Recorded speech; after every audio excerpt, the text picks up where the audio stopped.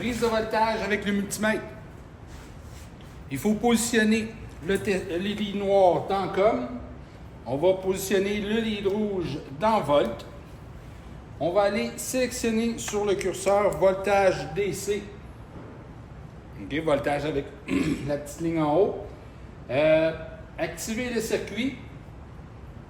C'est-à-dire que si on vient ici, on a un petit exemple dans le livre. C'est-à-dire que je mets mon lead noir dans le com, mon lead rouge ici.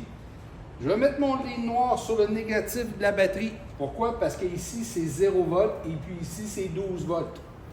Je vais mettre mon curseur à V continu. Puis si je veux prendre le voltage à l'arrière du circuit breaker, bien, je peux me mettre ici. Le multimètre, comment il fonctionne pour prendre la lecture? C'est qu'il va prendre le voltage qu'il y a au lead noir, le voltage qu'il obtient au lead rouge, puis il va faire la différence entre les deux. Fait qu'ici, je vous ai dit que le voltage ici, c'est 0 et ici, c'est 12. Fait que si le multimètre, il est 0, on a 12 ici aussi. La différence entre les deux, il nous le donne là. C'est 12 volts. Je pourrais aussi prendre mon curseur noir. Le noir, on le met toujours au négatif parce qu'on veut 0. Si je veux voir le voltage qui est ici à l'entrée, je pourrais m'en venir et me mettre ici. Ça fait qu'on dit à l'avant du consommateur, à l'avant de la résistance. Je devrais avoir 12 volts aussi parce que j'ai pas d'autres parasites et j'ai aucun autre consommateur. Fait que si on va ici dans l'exercice, si je veux prendre le voltage à l'avant de L1, qualité d'alimentation de L1, bien, je vais mettre mon lead noir, je vais l'amener ici au négatif parce que si je sais que c'est 0, ici on a 12 volts, on est la batterie positif-négatif. Avec mon multimètre en V DC, je vais venir mettre mon lead rouge à l'avant.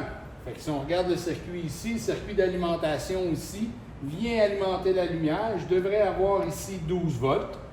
Puis ici, je devrais avoir 0 volts. Mon multimètre qui va faire la différence entre le 0 et le 12. Et puis, il va me donner 12 volts. Qualité de l'alimentation, alimentation de la lumière ou voltage à l'entrée de la lumière, c'est des synonymes.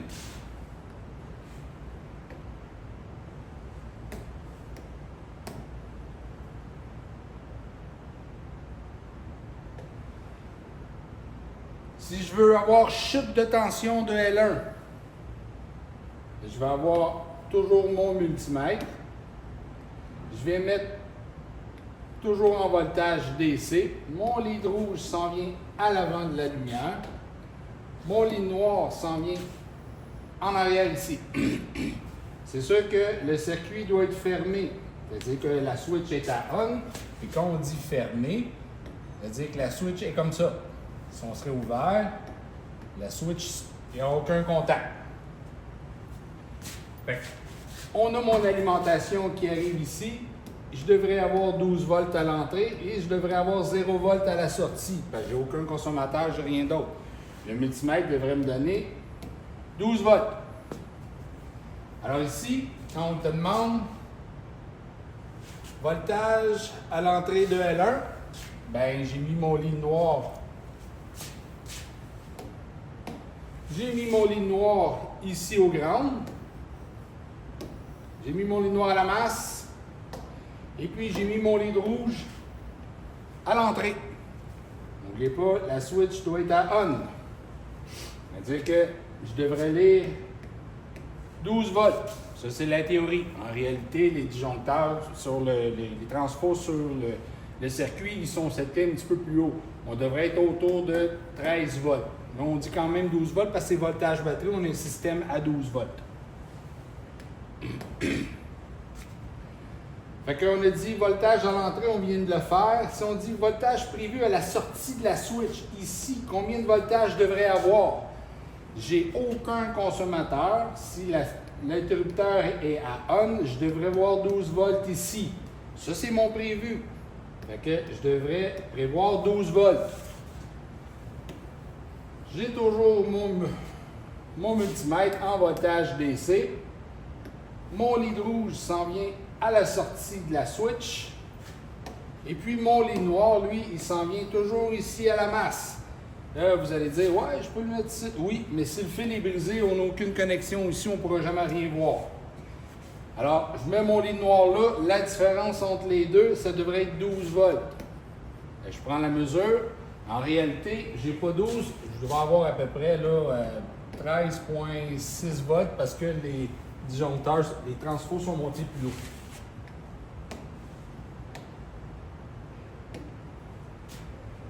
On demande ici chute de tension prévue de L1. Et je sais que je devrais avoir 12 volts ici. Et puis ici, je devrais être à 0 volts. Alors, si on fait la chute de tension de L1, je devrais avoir une chute de 12 volts. Comment je prends la mesure? Bien, je prends mon test lead noir, je l'amène après le consommateur, le lead rouge avant le consommateur, toujours en voltage DC, je devrais lire 12 volts.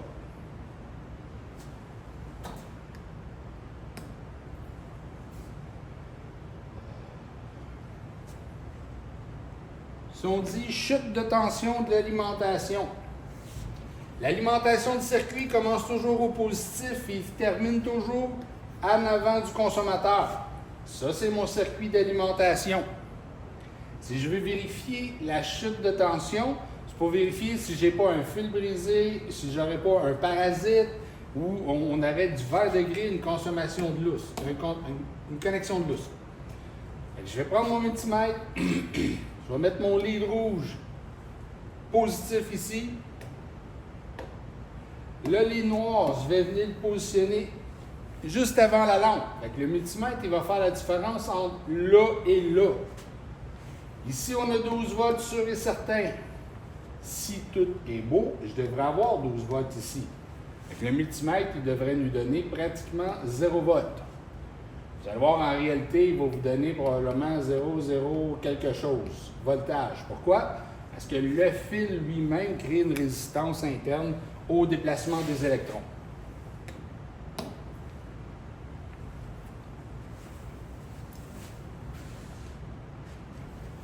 Si on dit chute de tension de la masse elle débute où? La masse elle débute après le consommateur, il termine à la batterie.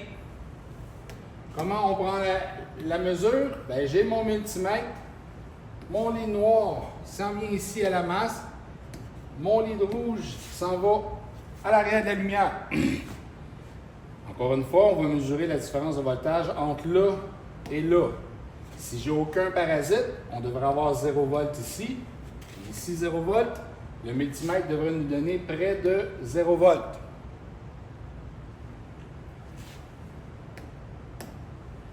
La spécification pour une chute de tension d'alimentation, c'est-à-dire le voltage maximum que je me permets de perdre, c'est plus petit que 0,5 volts.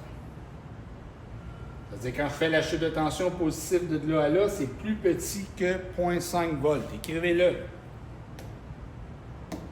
Si je vérifie la chute de tension de la masse, c'est-à-dire de là à là, je mets mon lead rouge ici, mon lead noir là, la chute de tension maximum que je me permets, c'est 0,5 volts, un demi-volt.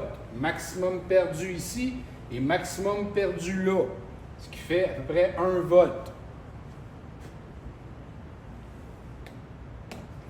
Si je fais la chute de tension d'un interrupteur d'une switch, j'ai mon multimètre, l'interrupteur est toujours à on. Je prends mon lead noir, je le mets du côté ici. Je prends mon lead rouge, je le mets avant l'interrupteur. On devrait avoir pratiquement 0 chute de tension. La spécification pour une chute de tension d'un interrupteur, d'un bout de fil, va être plus petit que 0,1 volt. C'est que si je fais la chute de tension de ma switch, ça devrait être plus petit que 0,1 volt. Si je fais la chute de tension de mon breaker, ça devrait être plus petit que 0,1 volt. Si je fais la chute de tension du fil de là à là, ça devrait être plus petit que 0,1 volt. C'est pour ça qu'on se permet d'ici à là un maximum de 0,5 volts. Fait des petits points 1, à un moment donné, il faut arrêter. C'est la même chose pour la masse. Si je vérifie la chute de tension du fil d'ici, c'est maximum 0,1 volts. Écrivez-les, c'est super important.